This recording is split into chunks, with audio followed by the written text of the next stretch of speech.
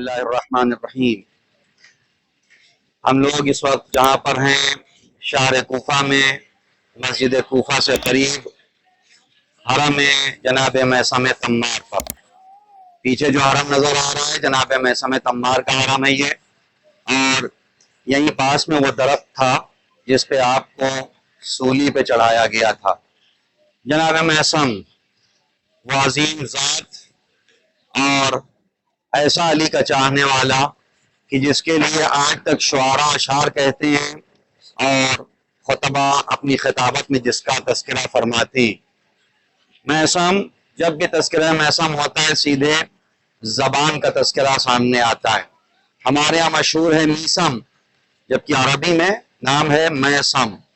آپ کا نام تھا سالم، ایرانی مشہور ہے، بعض کتب میں ایرانی سے ہٹ کے بھی ان کا تذکرہ ہوا ہے۔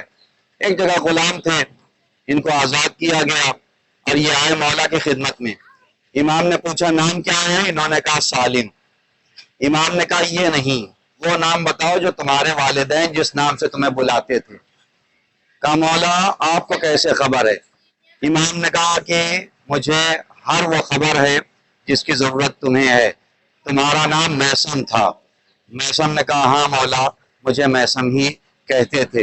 امام نے کہا آج سے اپنا نام میثم بتانا، سالم نہیں بتانا۔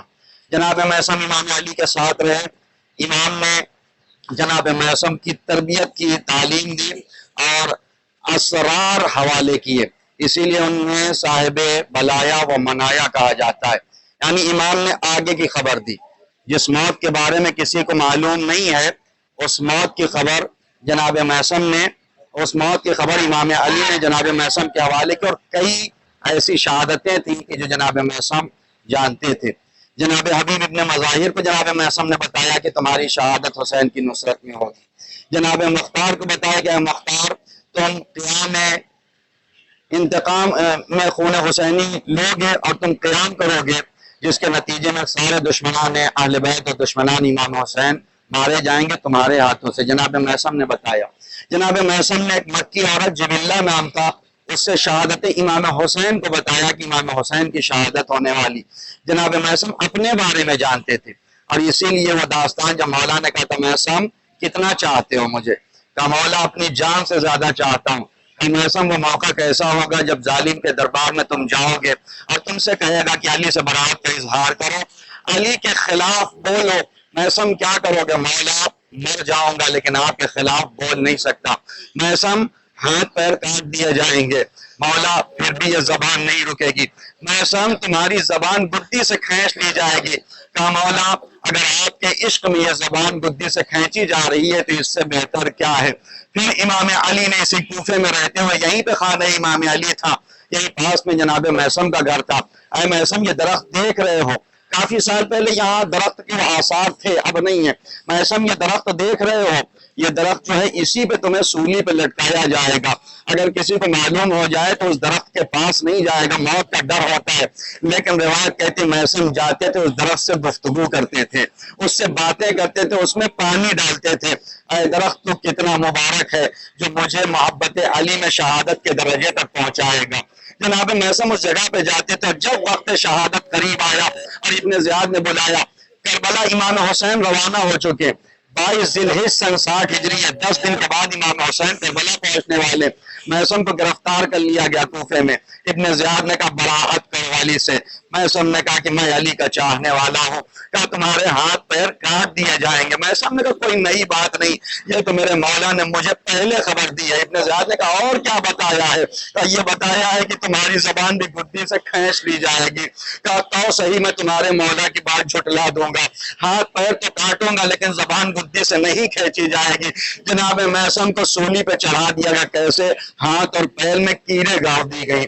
جناب میثم 3 دن تک وہاں رہ کر زبان نہیں کھینچیں گے، لیکن میثم نے وہ سولی سے تختے دار سے علی کے فضائل کو بیان کرنا شروع کیا۔ کون کون سی فضیلت جو روایتوں میں ہے کہ حب اہل بیت، بغض اہل بیت کی روایت جناب میثم نے وہاں پڑھی ہے، امام علی کے ولایت کی روایت جناب میثم نے وہاں پڑھی ہے، مسجد کوفہ کی فضیلت مسجد اقصی پہ کیا ہے جناب میثم نے اس تختہ دار پہ بیان کیا ہے، اور بدکاریوں کے نتیجے میں کتنے گواہ کی ضرورت ہے۔ میرے مولا نے کہا، جناب میثم نے کہا، میرے مولا نے کہا ہے 4 گواہ کی ضرورت ہوتی۔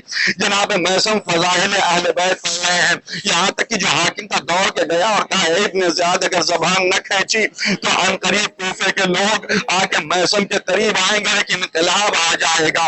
حکم دیا زبان کھینچ لو، جلاد آیا، جب زبان کھینچنا جا میثم نے کہا تم میرے مولا کی بات جھٹلا رہے تھے، خدا کی قسم میرا مولا جھوٹ نہیں بولتا۔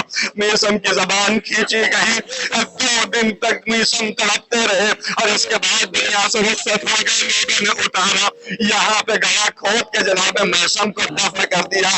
لیکن میثم نے ہم سب کو ایک پیغام دیا کہ علی کی ولایت جب سینے میں آ جاتی ہے تو انسان قدم پیچھے نہیں کھینچتا۔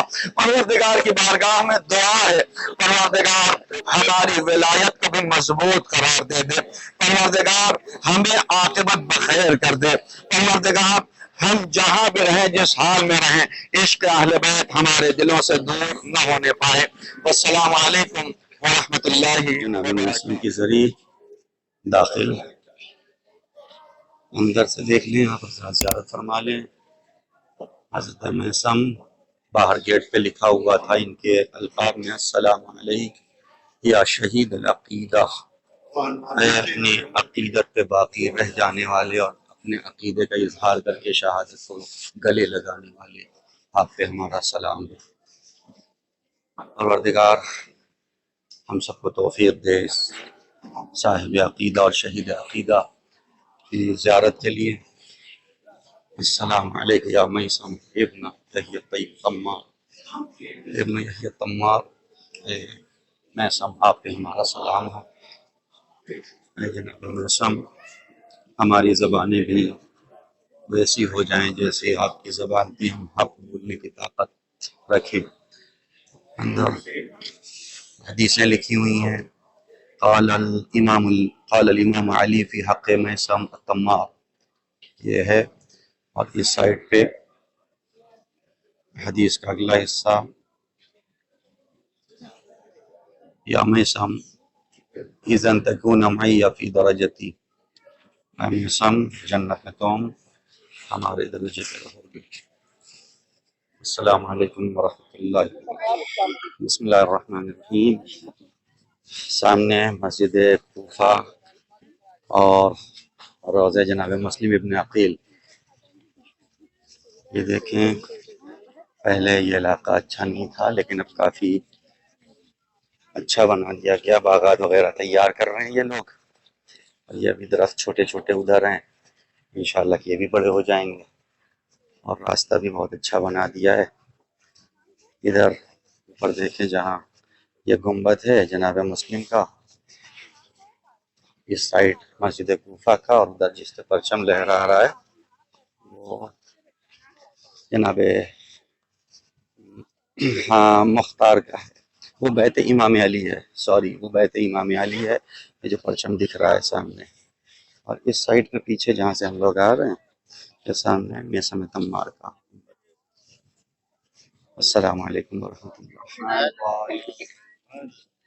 اعوذ باللہ من الشیطان الرجیم، بسم اللہ الرحمن الرحیم۔ تاریخی جگہ پہ ہم لوگ آ چکے ہیں جس کے بارے میں کتنی روایتیں اور کتنی داستانیں آپ لوگوں نے سنی ہیں۔ کوفے کی جتنی باتیں ہوتی ہیں سب کا مرکز یہی علاقہ ہے، چاہے وہ کوفے کے ابتدائی حالات ہوں یا کوفے کے آج تک کے تمام داستانیں، مرکز بس اتنا ہی ہے۔ یہ سامنے جو ہم لوگ دیکھ رہے ہیں جس میں پرچم لگا ہوا ہے، یہ خانہ امام علی اور جناب ام البنین ہے۔ امام علی اور جناب ام البنین کا گھر یہ ہے جس پہ پرچم لگا ہوا ہے، اور یہی وہ گھر جہاں پہ امام علی دنیا سے رخصت ہوئے ہیں، یہی وہ گھر جہاں پہ امام علی کو غسل دیا گیا ہے، یہیں پہ وہ کنواں بھی موجود ہے۔ اس کنویں کا پانی ابھی تک چلتا ہے، پہلے پانی نکالتے تھے لیکن ابھی ادھر ہی اسی دیوار کی طرف پائپ لائن لگی ہوئی ہے، اس کا جو پانی ہے وہی پانی ہے جس کنویں سے امام علی کو غسل دیا گیا۔ پانی کھارا بہت ہے، کھارا بہت ہے،